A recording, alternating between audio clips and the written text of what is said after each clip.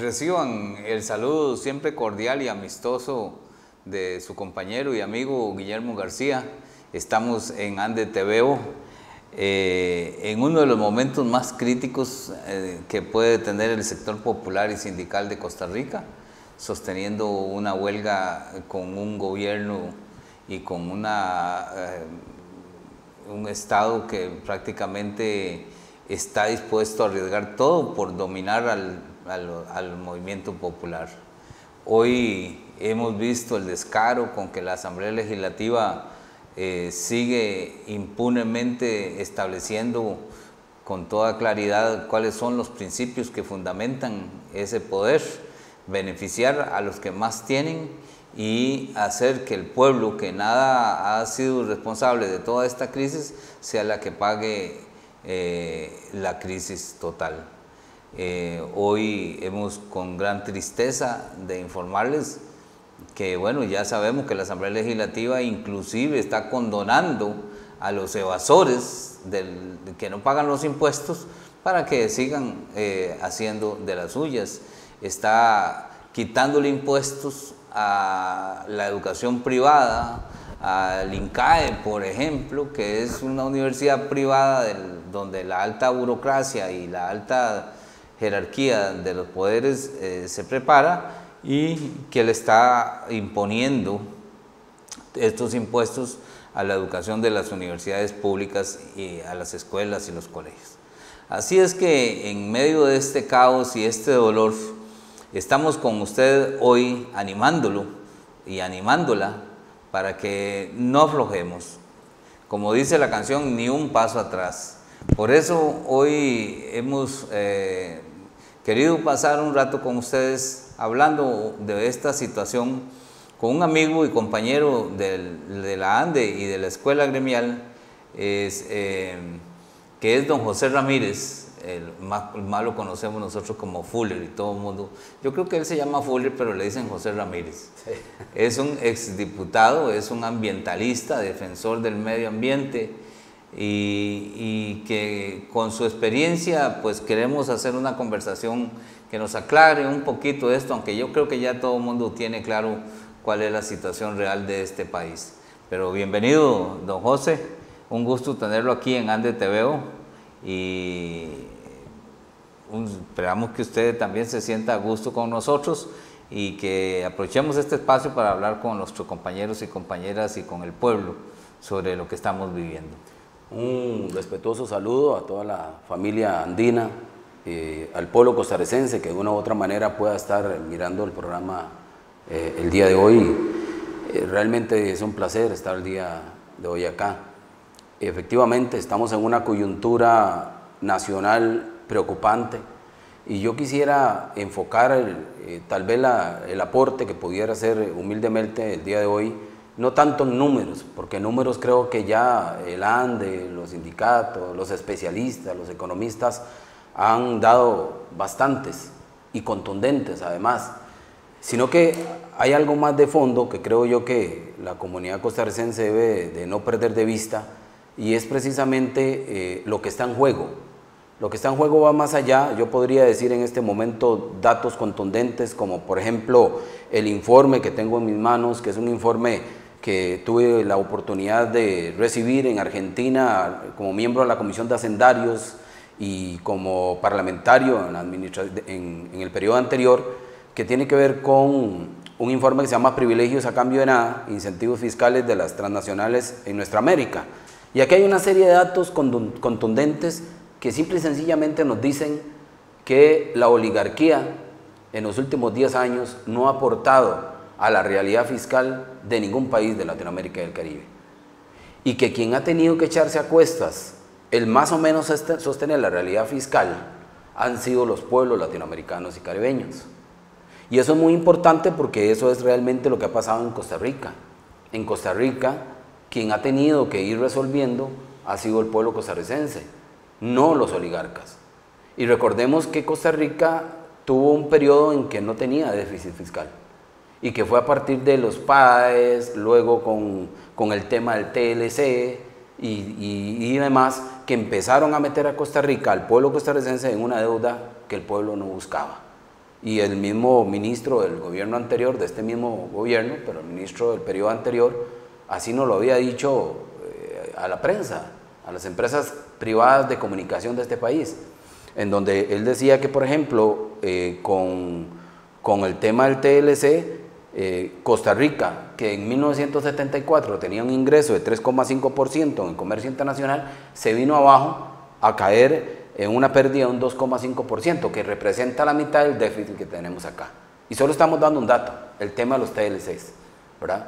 Pero sí es importante recordar el tema de los TLC, porque las empresas de comunicación privadas que en aquel momento, en conjunto con los oligarcas, por una pizquita, como dice una señora por ahí, nos robaron la votación en contra del TLC, con la mentira, con el miedo, con la tergiversación, con el engaño, con el famoso memorándum del miedo, que inclusive tiene ahora un representante de ese memorándum en el Parlamento de la República, ¿verdad? ¿Quién es?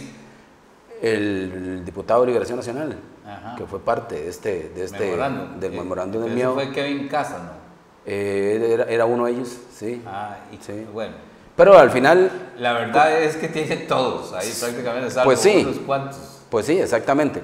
Entonces la comunidad costarricense tiene que saber que los números nos respaldan, la historia nos respaldan, los hechos nos respaldan.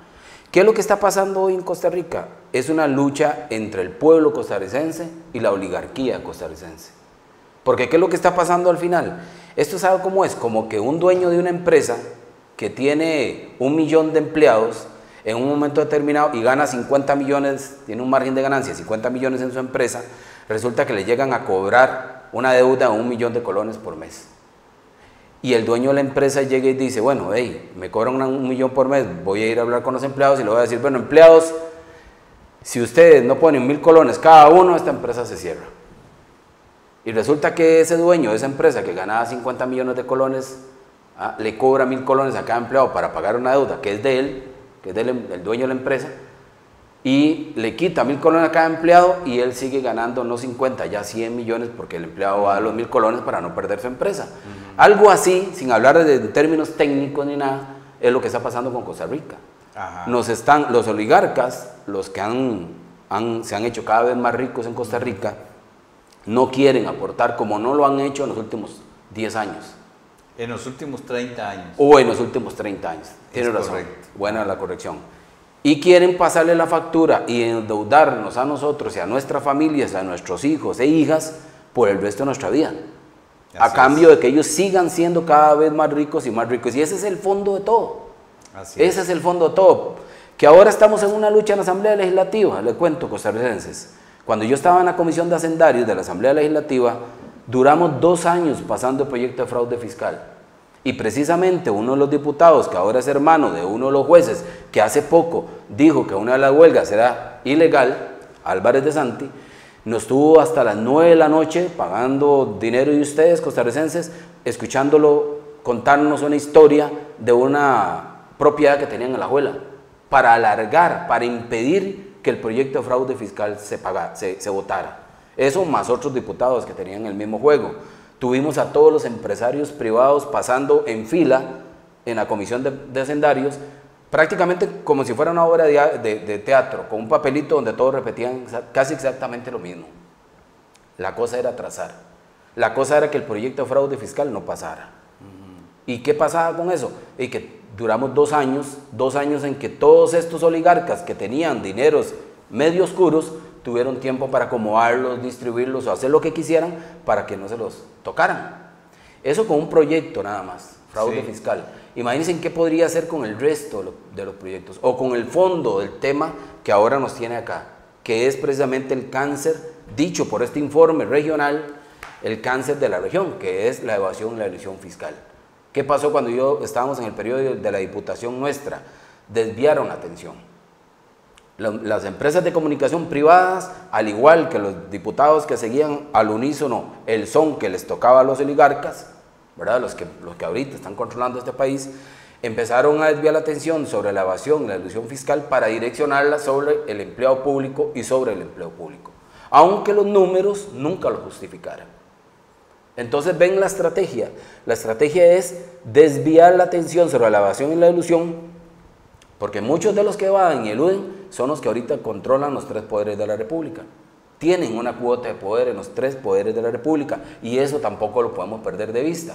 Entonces, ¿cuál es la realidad que tenemos ahora? Una asamblea legislativa que no está legitimada, porque recordemos que este gobierno y esa asamblea quedó por la coyuntura que estaba viviendo Costa Rica. Usted votó en contra de posiblemente de Fabricio Alvarado, no a favor de Carlos Alvarado. Y hay algunos que sí votaron por Carlos Alvarado pensando en el famoso cambio que ya se sienten burlados. Pero la realidad es que estos diputados y diputadas era una planilla que llenaron cada uno de los candidatos y que no responde realmente a una decisión popular. Y eso ha pasado durante muchos años. Pocos hemos sido sometidos a asambleas y a procesos de elección donde de verdad la gente nos estudia, nos pregunta y nos lleva a la asamblea. Antes de pasar a este aspecto, José, me gustaría hacer una pregunta, a ver cuál es su opinión. Este déficit fiscal, que yo creo todos estamos en acuerdo en que hay que resolverlo, ha cargado sobre los hombros de la clase trabajadora el costo total para sacarlo, que no lo va a sacar porque lo que está recaudando es un poco más de un punto porcentual del PIB con todo lo que está haciendo.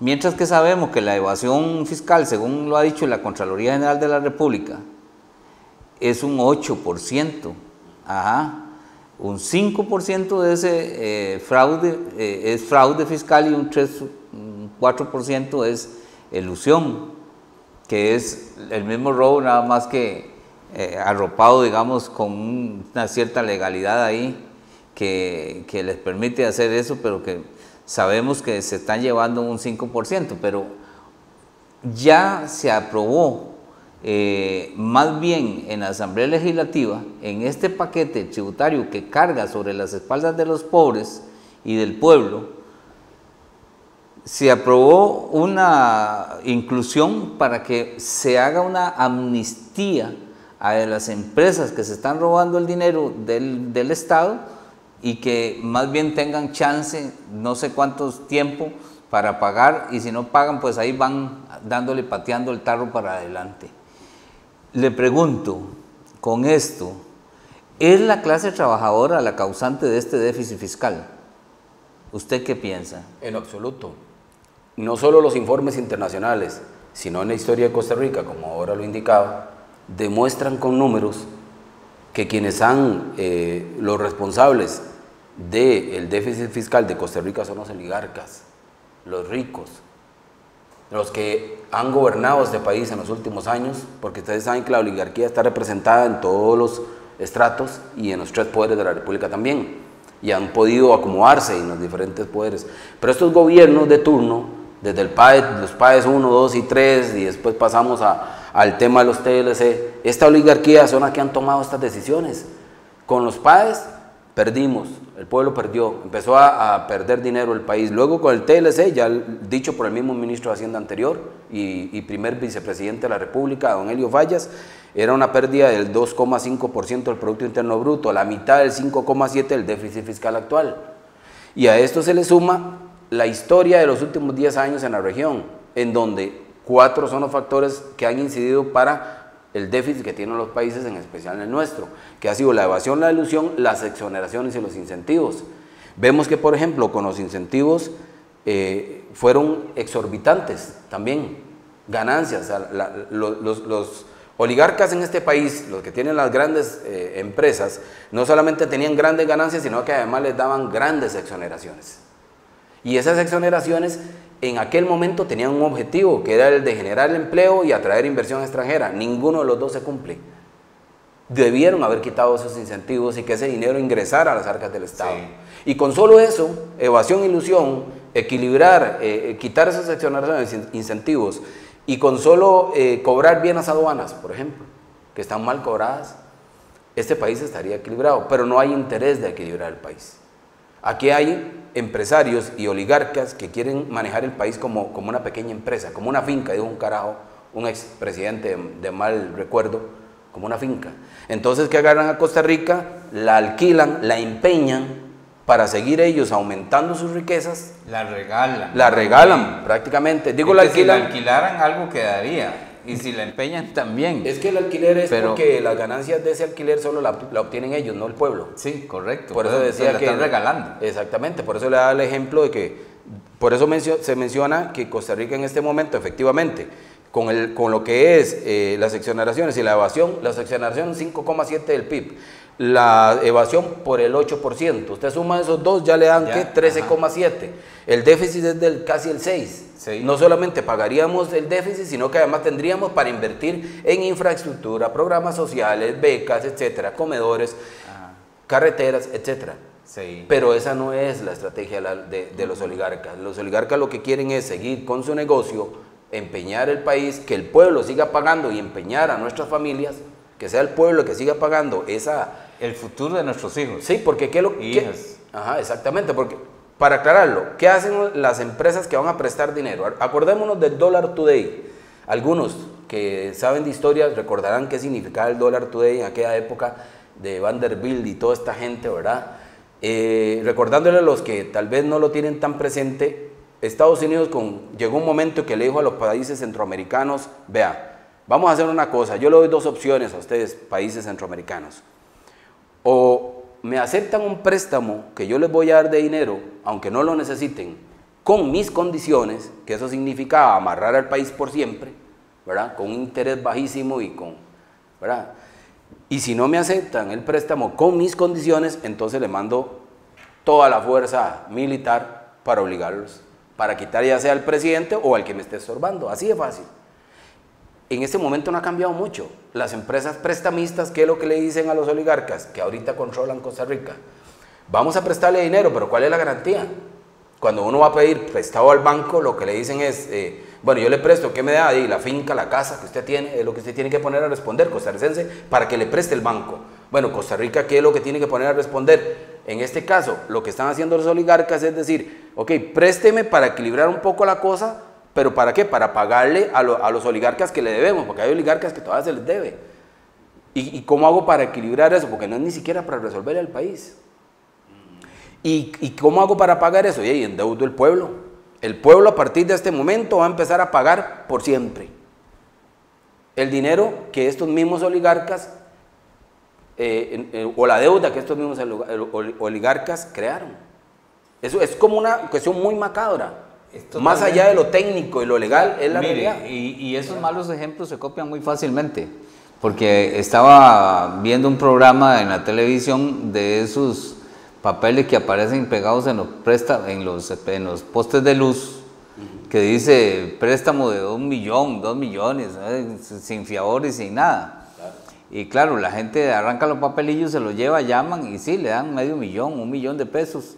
Y tienen que pagar no sé, una cuota de 150 mil pesos por semana o 50 mil pesos. Y resulta ser que si por cualquier motivo usted no pagó una semana, entonces le mandan a unos matones para que lo golpeen o para que maltraten a la familia, y después ya no le importa, si usted la deuda suya fue por $500,000 de pesos, al final no, usted ahora debe $1,500,000 de pesos y pague sobre esto, yo se la vendí a fulano. Y entonces la gente queda esclavizada por todo el tiempo. Y eso es mucho de lo que nos está pasando, pienso yo, con este gobierno. En realidad, las personas que se hicieron con el poder de la República, no les importa un comino qué es lo que está pasando con el pueblo. Lo que les importa es ver cómo van a salir ellos gananciosos con la plata, porque no es con el bienestar de la gente, y cómo hacen para que la gente tenga que seguir pagando y pagando y pagando. Lo que dicen los estudiosos, inclusive con gente que ha trabajado con el Banco Mundial o el Fondo Monetario Internacional, es que estos organismos operan que cuando venga un país en crisis, cuando ya no le alcanza la plata para hacer las obras, para los gastos que tiene que hacer, inmediatamente estos organismos acuden y le dicen, vea, Costa Rica, usted está en crisis, nosotros le podemos dar un préstamo a muy largo plazo, 30, 50 años plazo y con un interés bajo. Y entonces el país acepta ese préstamo, para el caso nuestro, y se hacen obras, que después hasta las regalamos. Vea usted lo que nos pasó con la carretera 27. Se la dimos por 30 años a una empresa que no ha hecho nada más que los peajes. Entonces, nosotros estamos siendo realmente secuestrados por ese grupito de malos costarricenses que están gobernando el país. Y entonces, al tener esa deuda, cada vez se va haciendo más difícil y más difícil pagarla, y cada vez hay más difíciles las condiciones. Entonces, cada vez también nos sentimos obligados. ¿Qué está haciendo Carlos Alvarado ahora? Ya, lo que está haciendo es nada para resolver el problema, con el único interés de que el Fondo Monetario Internacional le dé un poquito de plata para medio pasar este tiempo y hacer algunas cosas que le permitan medio lavarse la cara, y después venir con otro paquete de impuestos que va a venir sobre el pueblo. ¿Y quiénes están dejando de pagar? Los que más tienen. ¿Qué es lo que ha pasado con esto? Que Costa Rica se ha convertido en uno de los países que tiene mayor inequidad. Lo que ganan ese poquitito de gente que ganan muchísima plata, tiene cada vez más distancia con lo que gana la misma cantidad de gente más pobre. Eso, solo México está por encima de Costa Rica en América Latina. Es decir, que ya llegamos al top 10, entramos al top 10 de los países más inequitativos que tiene el mundo. Entonces, esa tristeza está acompañada por la irracional forma de actuar de unos diputados que están puestos ahí como marionetas para obedecer disciplinadamente los dictados del Fondo Monetario Internacional y los dictados, como decís vos, de la oligarquía. Pero el pueblo está viendo eso. Yo tengo la fe, José, que nosotros y el pueblo pueda ver y que le declare la muerte realmente a partidos como Liberación, como el PAC y como la unidad que se llama lamentablemente social y cristiana, que no tiene nada ni de social ni de cristiana. Y el Partido Liberación, que nos está esclavizando, por lo tanto no tiene nada de liberación, y el Partido Acción Ciudadana, que tampoco tiene nada de acción ciudadana. ¿Qué nos espera en esta coyuntura, José? En este momento hay una preocupación de fondo que yo tengo, porque la realidad es que a nivel del Parlamento estamos viendo que las mociones que se están votando van en contra de los discapacitados, en contra del campesinado, en contra de los patronatos escolares, en contra del costo de energía, del valor del pago de la energía eléctrica que ocupa tanto el pueblo, en contra de la micro y pequeña empresa, que es la que más ha llevado en los hombros esta cosa también, en contra de la canasta básica, del agro, pero por otro lado están votando mociones a favor de las piñeras. Sí. Dicho sea de paso, el mismo Álvarez de Santos, uno de los empresarios piñeros, que era el que mencionaba yo en el ejemplo en la comisión de hacendarios, y bananero, que estuvo ahí deteniendo el proceso del proyecto fraude fiscal. Curiosamente, hermano de uno de los jueces que ha declarado una de las huelgas ilegales.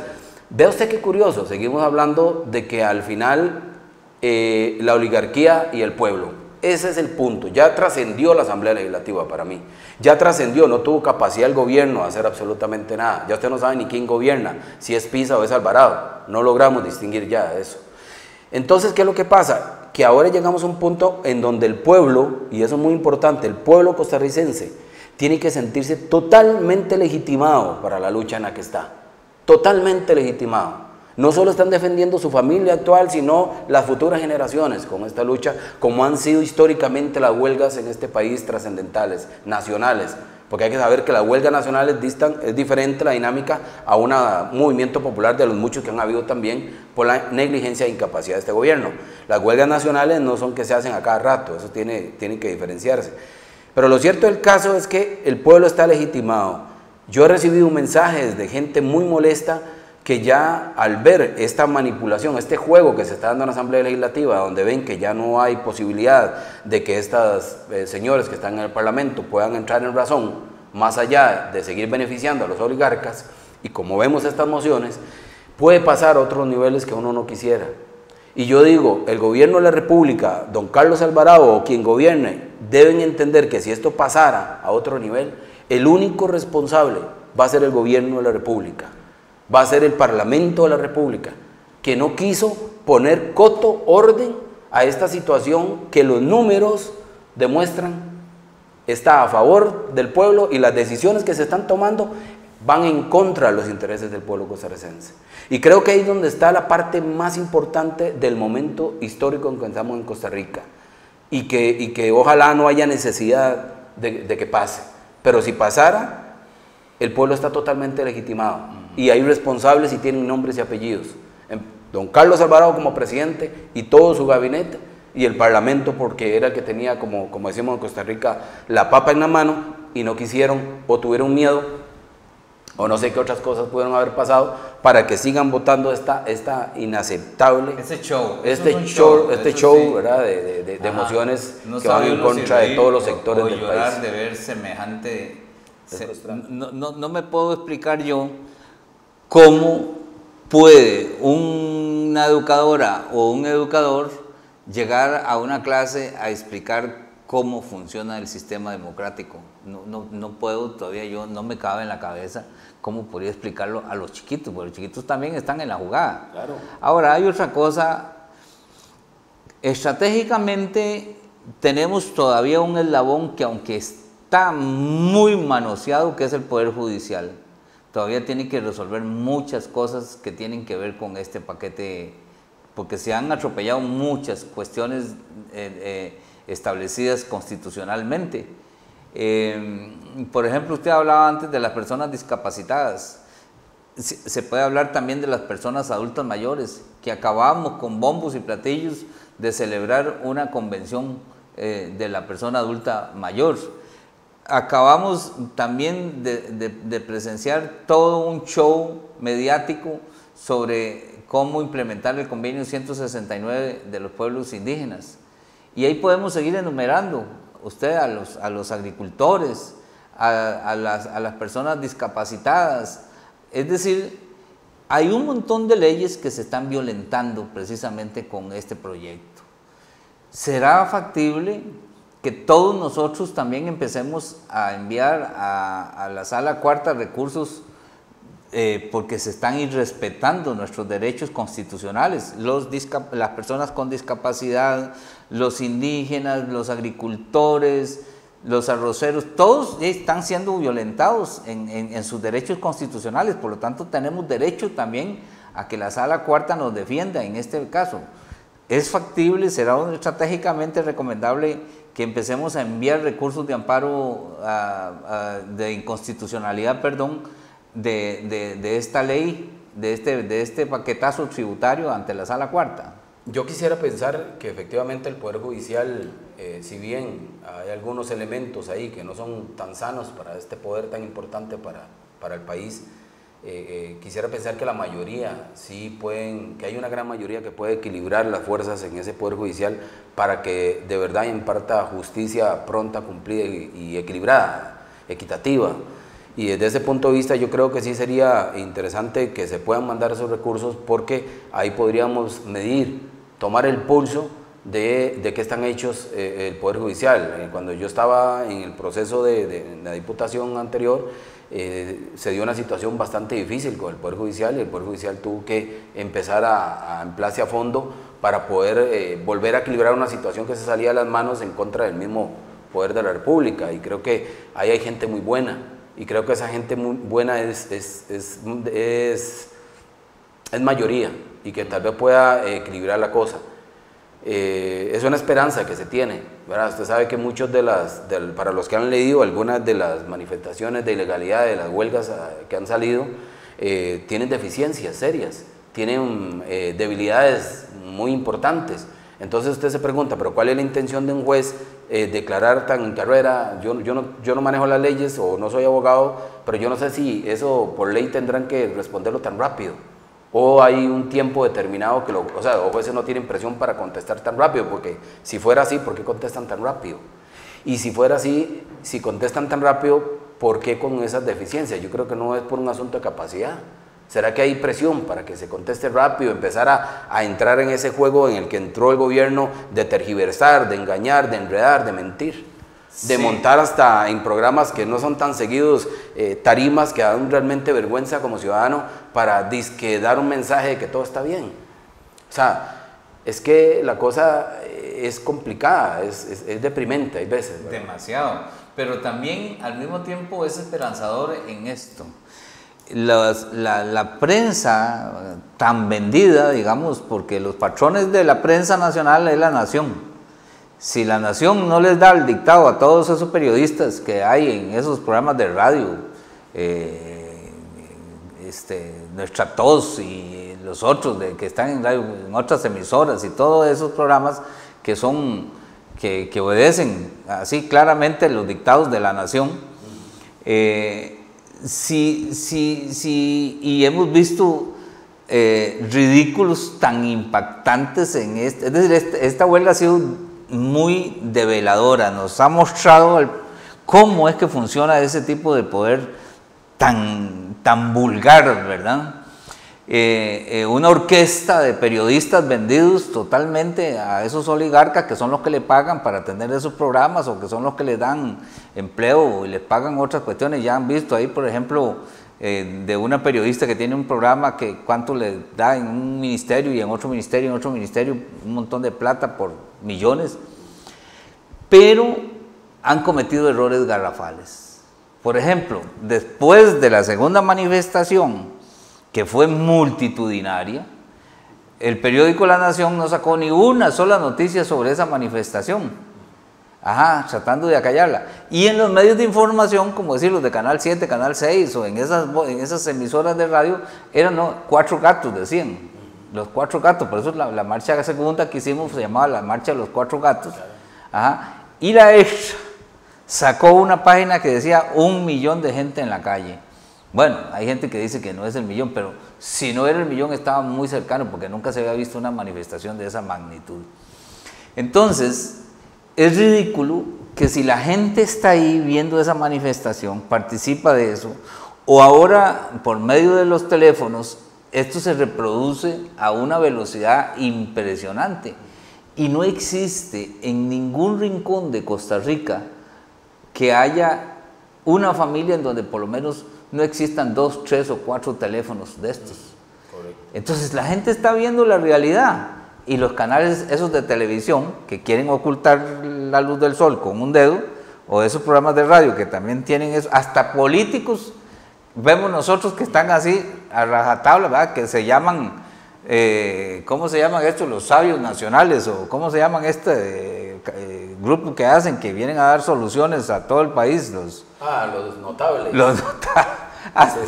Hasta un político que fracasó radicalmente queriendo ser diputado ahora, un palmareño, también está despotricando contra eso y tapando los ojos para no ver esta realidad, y despotricando contra el sindicato. Entonces, ¿cómo es posible que también nosotros ahora en estos momentos, con la tecnología que hay, estamos viendo cómo es que se están jugando los poderes que gobiernan a un país como Costa Rica? Entonces, ¿qué va a pasar con el pueblo cuando ve tanta falsedad, cuando ve tanta impunidad, cuando ve cómo de una manera tan irracional quieren seguir solo por una senda que ya está marcada por organismos internacionales que quieren doblegar a un país como Costa Rica? Ante eso, ¿qué actitud debe tener el pueblo? Precisamente, si hay alguna ganancia de muchas que ha tenido esta huelga nacional y estos últimos movimientos masivos populares, ha sido precisamente el desenmascarar a estas empresas de comunicación privada. Darse cuenta que esas empresas de comunicación privada manipulan la información a su conveniencia o a la conveniencia de muchos sectores oligárquicos. Eso es muy importante porque entonces las personas empiezan a darse cuenta de la importancia de buscar medios alternativos, que no hay muchos, pero este es un medio, ya la ANDE. Hay que buscar estos medios costarricenses como la ANDE y empezar a nutrirse de información veraz, confiable, objetiva. Y eso es una de las ganancias de Porque además estas empresas de comunicación privadas no solo juegan con eso, con la información, y manipulan, sino que además se evaden. Son parte del problema. Son parte del problema que en este momento tiene al pueblo en las calles. Y eso es algo que no podemos olvidar. Ni los partidos que están participando en este juego en contra del pueblo, ni las empresas privadas de comunicación que están haciendo el juego en equipo con estos partidos políticos. Pero entonces llega un punto en que yo creo que nunca ha sido más descarado que ahora el actuar de la oligarquía en beneficio de sus intereses y en detrimento del pueblo costarricense. Claro. Al pueblo costarricense se le está acabando la paciencia, se le está acabando la negociación en espacios o la esperanza de que tal vez algún grupo de diputados diga, no, mira, esta cosa de verdad que no la entiendo, pero no va bien y mejor no doy el voto para esto, aunque no la entienda. O no se juegue el chance por las razones que sea o a lo que haya llegado de negociación con estos oligarcas o sectores de poder, no se juega esa carta y se quedan ahí quedititos legislando este resto de años que les queda. Porque hay que ver, acaban de entrar. Cuando usted entra, yo como diputado se lo digo, cuando uno entra se está acomodando los primeros meses y ellos entraron con el tizón caliente. Entonces tienen que tener mente fría los diputados y las diputadas. Tiene que trascender las empresas de comunicación, porque usted sabe que ahí se lo comen mucho a los diputados. ¿Qué tiene en mente? Hasta el momento no ve uno mucho, ¿verdad? Salir el alba, pero bueno, esa es la cosa. ¿Qué pasa si no reacciona la asamblea? Porque ya el gobierno nunca pudo, ni nunca demostró que quería, el gobierno de la República. O sea, no sirve, ¿verdad? Traicionó a quienes sí votaron por ese cambio y también traicionó a los que no votaron por Carlos Alvarado ni por este gobierno, sino que por coyuntura usted votó en contra de algo, no a favor de lo que quedó, ¿verdad? Es correcto. Votaron en contra de Fabricio Alvarado y no a favor de Carlos Alvarado, y eso hay que tenerlo claro, y es una cantidad de gente muy grande. Entonces, si el gobierno no tiene claro eso, está pasando esta lucha a un nivel, vuelvo a insistir, a un nivel, y ojalá no lleguemos a eso, donde legítimamente el pueblo puede pasar porque tiene razón. ¿Ya? Podríamos decir, como se ha planteado ya por muchos de los especialistas en economía, principalmente los más jóvenes, que no tienen tanto interés, digamos, y que se están abriendo camino, podríamos decir que son tres causas las estructurales del déficit. El principal de todos esos es la evasión y la elusión fiscal. Es decir, lo que se roban las empresas, porque son las empresas, porque la mayoría es de personería jurídica, no es de personas, sino personería jurídica de empresas. Más de casi un 5% de lo que tienen que pagar en impuesto de renta y de venta no lo están pagando. La segunda causa estructural es también la corrupción. Lo que se establece. Y después también otra causa estructural que se plantea es la falta de controles del Estado para cobrar bien los impuestos. Y entonces tenemos estudios de la misma Contraloría que dice que una de cada 4 grandes empresas, y grandes empresas ellos ya tienen establecido cuáles son, una no paga impuestos o se dice que no tiene ganancias. Entonces, de acuerdo a eso, nosotros hemos visto una campaña orquestada por estos medios de desinformación, que no son medios de información, mucho menos medios de comunicación, tan largos. Empresas privadas de comunicación. Sí, empresas ahí. Han creado una estrategia en la que hemos caído mucho, porque si usted ve, lo que ellos quieren atacar es el empleo público. Entonces los empleados públicos somos corruptos, los empleados públicos tenemos llenos de privilegios, los empleados públicos no trabajamos, esto es pura vagancia, pero resulta ser que el empleo público en el peso de este déficit fiscal es un 1%, un poquito más. Y se sabe que las pensiones de lujo, los salarios de lujo, son una mínima parte en ese déficit fiscal. No es que estoy de acuerdo con eso. Por supuesto que yo no quiero que haya pensiones de lujo, que no haya salarios tan desbarajustados, que son ellos mismos los que se los aplican, de esa misma gente, de esa misma oligarquía. Pero si usted ve, en los empleados públicos nosotros sabemos el nombre, con quién trabaja, dónde trabaja, cuántos años tiene, desde cuándo empezó a trabajar, de dónde vive, todos los datos de las personas esas que ellos quieren mancillar. Pero sabemos que un 8 puntos del PIB, del Producto Interno Bruto, lo dejan de pagar, lo roban las grandes empresas. Ahora, ¿usted me puede decir cuáles son esas grandes empresas? Porque si nos dicen que son las grandes empresas, las evasoras y las elusoras, no sabemos cómo se llaman esas empresas? Sí, eso es muy interesante porque efectivamente fue algo con lo que discutíamos nosotros con el Ministerio de Hacienda anterior, de por qué no se hacía público los nombres, por qué no se decía cuál empresa y en cuánto. Y eso era precisamente, a mi criterio, parte de la deuda que tenemos con este pueblo, los gobiernos y algunos legisladores, aunque en algunos insistimos en buscar esa información, no es tan fácil.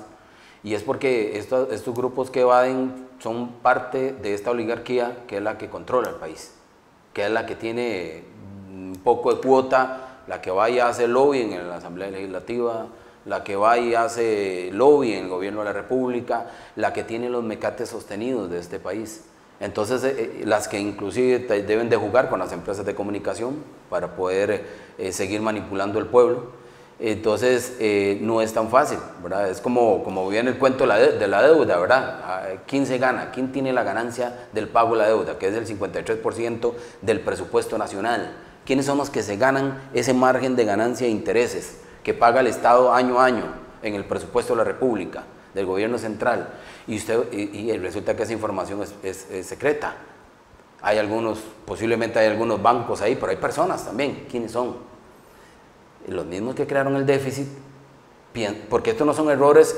Este problema que se da con los TLC, este problema que se da desde hace 10 años en la región latinoamericana, este asunto que se da con el negocio, el pago de la deuda, no son errores involuntarios, son totalmente medidos, con grupos que son los que tienen las grandes ganancias, con personas que son las que perciben las grandes ganancias, que montaron el negocio, que montaron la situación para verse beneficiados.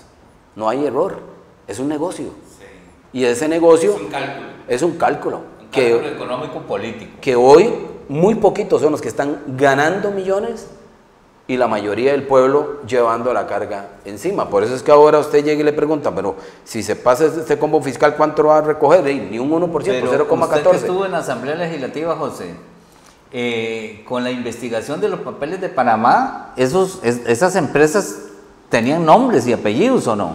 Sí, en el informe de papeles de Panamá sí había ya información que salió. Esa es parte de ahí fue precisamente que salieron las 40 sugerencias para ser incorporadas en este proyecto de fraude fiscal que estamos ahorita en discusión en el Parlamento y que venían a cerrar la brecha de la evasión y la elusión y que no han querido meter, ¿verdad?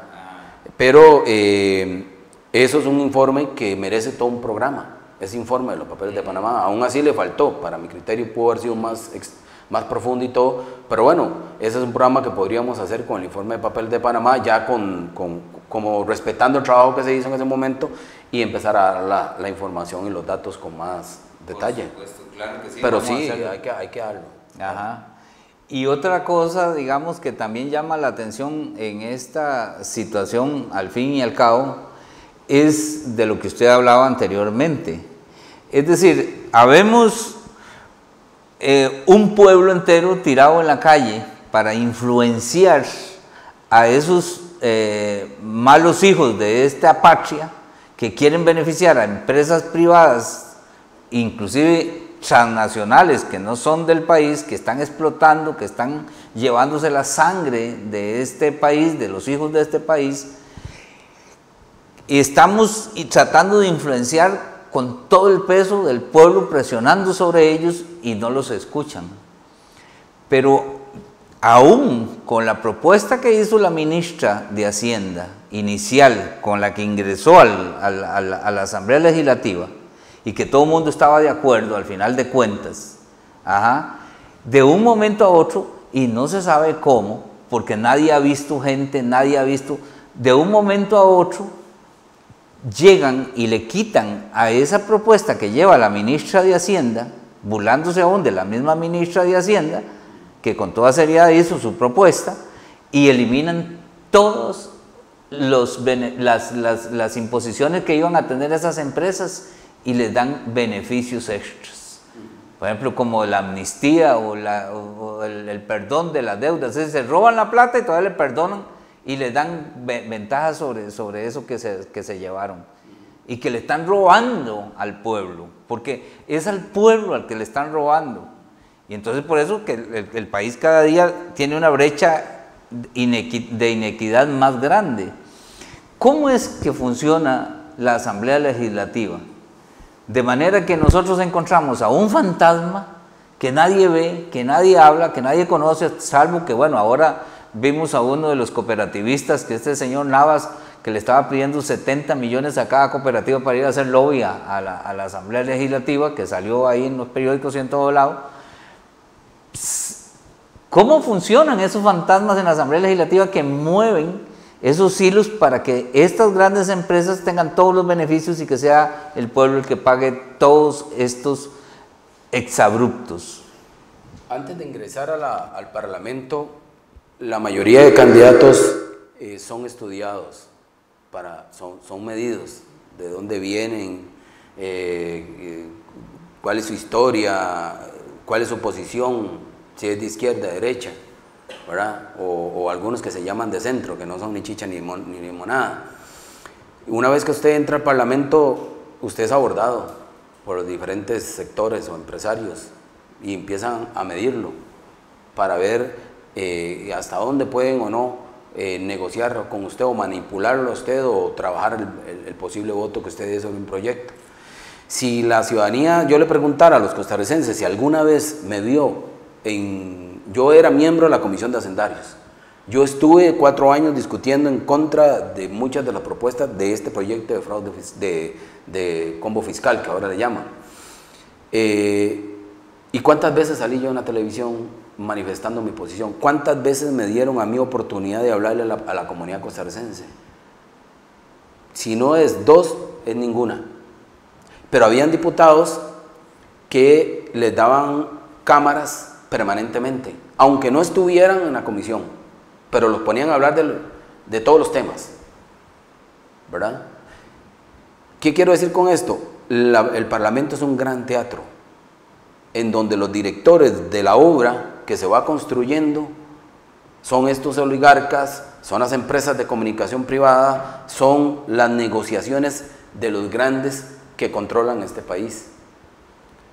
Entonces, cuando ellos empiezan a medir esas fuerzas en el Parlamento y miden si tienen o no posibilidades de pasar una propuesta tan nefasta como esta que están pasando ahorita en contra del pueblo y a favor de las estructuras de poder, en aquel momento veían que la cosa se les podía complicar, porque habíamos diputados, bastantes, inclusive del gobierno actual, del Partido de Acción Ciudadana, que no estaban tan convencidos de la propuesta.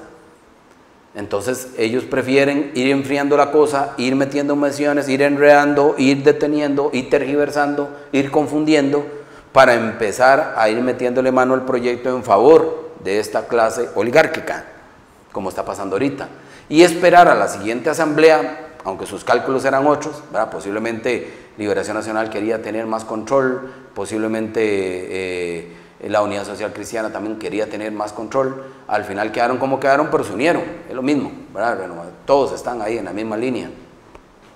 Y empiezan entonces a tratar de, ahora sí, que sienten que tienen más control sobre la asamblea, o total control sobre la asamblea, y los que pudiéramos o estábamos en contra de este tipo de iniciativas son prácticamente yo en la asamblea, después de José María Villalta, no veo mucha pinta, ¿verdad? De gente que haya manifestado directamente. No, sí hay bastantes. Hay algunos, no son bastantes, no son lo suficientes, pero sí hay, y por tal vez otros intereses, pero sí hay un grupo. Los que están compactos son la gente del PAC Ajá. que creo que ese está compacto. De la unidad hay uno que no está con el grupo de la unidad. Ajá. Y de Liberación también creo que hay uno o dos que no están también compactos con el grupo de la unidad, con el grupo de Liberación. Entonces son Liberación, el PAC y la Unidad Social Cristiana los que están compactos totalmente. Okay. El resto sí están más... Hay unos a ratos que sí, otros a ratos que no, pero digamos... Pero le pasó lo mismo que nos pasó a nosotros, no les dan mucha cámara. No. Por eso es que uno no logra divisar ahí, bueno, qué dicha,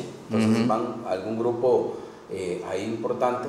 Pero bueno, al final ese es el juego realmente. ¿Y por qué pasa eso? ¿Y por qué pasa eso en el Parlamento?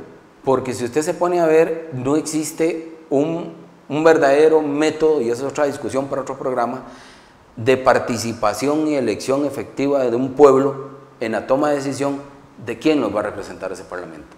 Al final en ese Parlamento llegan lo que los dirigentes de los partidos llenaron ahí en las papeletas. Y los que ponen la plata. Y los que ponen la plata. Recordemos, en la administración en la que yo fui diputado, hubieron como 5 diputados que los puso el presidente. 5 diputados. No tuvieron que hacer mayor esfuerzo. Y esos fueron de los que más daño, o por lo menos tenían, y que todavía hoy tienen puestos claves en este gobierno, y que no ayudaron en gran cosa a la población costarricense.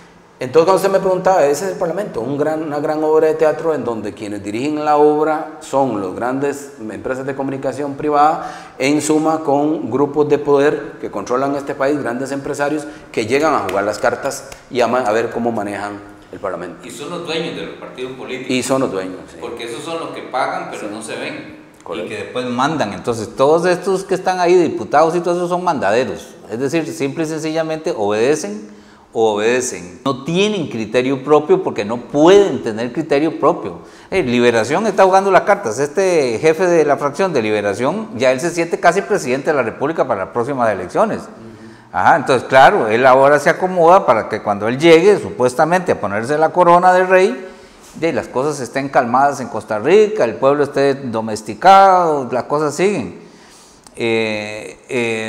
La gente de la Unidad Social Cristiana, que ni es unidad ni es social cristiana, porque lo que vemos ahí, honestamente, es deprimente, no se parece en nada a los principios social cristianos de la política social cristiana, ¿verdad? Y los del PAC, no saben, no saben dónde están, no tienen idea de qué están haciendo ahí. Y entonces simple y sencillamente juegan como una marioneta, los hilos que los mueven otros, ya sean los organismos internacionales, las cámaras de la empresa privada o los grupos económicos poderosos. Y entonces no saben, no tienen criterio propio para poder definir esto. En ese sentido, tenemos en este momento un poder y una manifestación que se da en todo el país. De frontera a frontera, de mar a mar, el pueblo está en las calles. El pueblo respetuoso, pero firme, se mantiene en la lucha. Nosotros aquí en Ande TVO estamos transmitiendo de 2 a 4 de la tarde todas las informaciones que nos envían de todos los puntos del país, donde se ve la gente eufórica, manifestándose, cansada, pero sin echar ni un paso atrás. En ese sentido, usted, con la experiencia que usted tiene en las luchas sociales, en estos momentos, ¿cuál considera usted que es la estrategia que nosotros debemos de seguir en el sentido de la lucha en el que estamos en este momento? Primero decir que me parece muy importante al pueblo costarricense que esta es una lucha porque han querido manipular, ¿verdad?, y atacar a los sindicatos. Yo quiero felicitar a los sindicatos, quiero felicitar a la mujer, al hombre, al obrero, a la niña, al estudiante, porque esta es una lucha de todos. Hay microempresarios, hay estudiantes, hay de todo, de todo. Hay agricultores, de todo, de todo. Y eso lo pueden comprobar en una marcha, lo pueden comprobar en los movimientos, maestros, profesores. Los obreros del ICE, todas las empresas. Esto es del pueblo. Primero, entender eso, es del pueblo, no seguir ese cuento, ese juego que hacen las empresas de comunicación de seguir atacando sindicatos y poner a uno de los dirigentes constantemente como para poder jugar con eso, ¿verdad? Eso es lo primero, somos una sola fuerza y es del pueblo. Lo segundo es que el pueblo espera una reacción de último momento del gobierno o del parlamento. O de la sala cuarta. Cualquiera, todos tienen que reaccionar rápido, porque creo que el pueblo no puede dejar que esto pase. Y ya esto trasciende la formalidad del parlamento, trasciende si es ley legal o no la huelga, todas esas cosas. Es que el pueblo está diciendo que no, y está siendo burlado, está siendo irrespetado, está siendo desatendido, inclusive hay veces hasta casi insultado con las acciones que tienen algunos sectores de gobierno y algunas empresas de comunicación. Entonces, mi preocupación, reitero, en una huelga totalmente legítima del pueblo costarricense, es que el pueblo costarricense tenga que pasar a otros niveles, donde el único responsable, si eso pasara, es el gobierno de la República, es estas empresas que irresponsablemente han manejado la información e tergiversado la información. Ellos van a ser los responsables. Y yo apelo a que haya un poquito de mesura de parte del gobierno de la República y de parte de las estructuras de poder para que no pase este combo fiscal y no tenga el pueblo que llamar la atención a otro nivel. Porque no queda más, estamos hablando del futuro de Costa Rica. Estamos hablando del futuro de esa persona con discapacidad, de ese campesino, de ese microempresario, de los patronatos escolares, de la canasta básica, del agua, etc. O sea, es que es mucho. O sea, se les fue la mano, creo yo. Total. Porque quisieron, antes por lo menos iban pellizcando y le iban ganando. Sí. Es que ahora quieren todo y les vale, sí, ¿verdad? Y ya eso no se vale. El pueblo costarricense demostró que todavía tiene dignidad, okay, y exige el respeto, ¿verdad? Tenemos que ir cerrando, José. Un mensaje final para los compañeros y las compañeras que mantienen con orgullo y con honor, con dignidad esta lucha. Primero felicitarlos por mantenerse ahí en pie de lucha. Ustedes tienen la razón, lo respalda los datos técnicos, lo respalda la historia de la región latinoamericano-caribeña y sobre todo la historia de Costa Rica. No aflojemos, costarricenses, porque en este momento se están jugando muchos intereses, se está jugando el futuro de sus hijos e hijas. Y aquellos que trabajan en sectores privados o que critican a los que están luchando, también hagan una reflexión. Muchas de las cosas, de los beneficios que ustedes tienen fue gracias a huelgas nacionales, fue gracias a luchas de muchos días, a esfuerzos de muchos días, y esta no es la excepción. Deben de sumarse y deben de hacer un llamado de atención al Parlamento de la República y al Gobierno de la República para que detengan este desastre de combo fiscal y que puedan escuchar las voces que se unieron, en miles de voces que se unieron recientemente y que siguen en pie de lucha, que dicen que queremos una Costa Rica equitativa, responsable, una Costa Rica con futuro y que no nos pasen las facturas de los malos manejos que han hecho estas clases oligárquicas que hoy nos tienen en esta situación. Así que seguir adelante, no aflojemos y busquen medios objetivos como el del ANDE y muchos más. No se dejen llevar por esas empresas de comunicación privadas que tergiversan y engañan al pueblo costarricense desde hace muchos años, que tienen grandes ganancias, que han evadido y que son parte del problema. Pues muchas gracias a usted, compañera y compañero, que nos está viendo y escuchando. Felicitarlo, abrazarlas y abrazarlos en esta lucha, porque todo ese sol que hemos llevado, toda esa lluvia, por levantar una bandera de la dignidad del pueblo costarricense, no es que lo hagamos por primera vez. El pueblo ha respondido muchas veces en la historia de nuestro país y siempre ha sido así. Desde Carmen Lira, cuando se opuso y quitó a aquellos hermanos Tinoco, en aquel momento en que el presidente Flores quería hacer esto mismo, que los ricos pagaran como ricos y los pobres como pobres. Desde ahí los educadores y las educadoras hemos formado parte intrínseca de este pueblo. Un llamado muy vehemente a la iglesia. La iglesia no puede ser neutra, la iglesia tiene que manifestarse y decir lo que piensa. Realmente, bueno, estaba como media hora, ya dejó de ser media hora. Ahora los púlpitos tienen que llenarse con un mensaje de fe y de esperanza para que esta lucha se mantenga y se fortalezca y logremos realmente que el pueblo viva con mayor justicia. A usted, que es uno de esos oligarcas, que es uno de esos empresarios que evade los impuestos, decirle que el egoísmo suyo puede ser terriblemente mal pagado. Es decir, Costa Rica necesita de la solidaridad suya, que no se evadan, que no se eludan los impuestos. Si todos estamos dispuestos a contribuir de acuerdo a nuestras condiciones económicas, usted también hágalo. Eso va a traer y va a desarrollar un país que a la postre le va a dar a usted más ganancias. A los que pagan bien y contribuyen con el desarrollo de este país, decirles, compañeros y compañeras, los abrazamos con todo el amor, porque estamos realmente viendo que este país al que amamos profundamente solo puede seguir adelante cuando todos realmente tengamos responsablemente esa contribución. A nuestros dirigentes de los sindicatos, porque hay que recordar una cuestión muy importante: los sindicatos son la única organización social que defiende a la clase trabajadora. Por eso los grandes oligarcas, las grandes empresas transnacionales, esas que evaden y esas que eluden los impuestos que deben pagar, lo primero que quieren hacer desaparecer es a los sindicatos, porque son el único bastión que responde ante ese poder tan inmenso que tienen esas empresas. Y a los medios de información, hay mucha esperanza en que sean realmente voceros del pueblo. Ya dejen de estar haciendo el juego que están haciendo, dejen de seguir al patrón de ustedes, a la nación. Ellos también están en crisis y van a estar cada vez más en crisis. ¿Qué van a hacer ustedes? Tengan criterio propio, señores y señoras periodistas.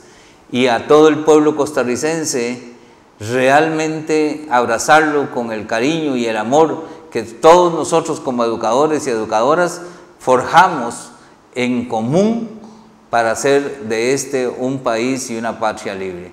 Que la pasen ustedes muy bien, que disfruten con su familia y ni un paso atrás, compañero y compañera.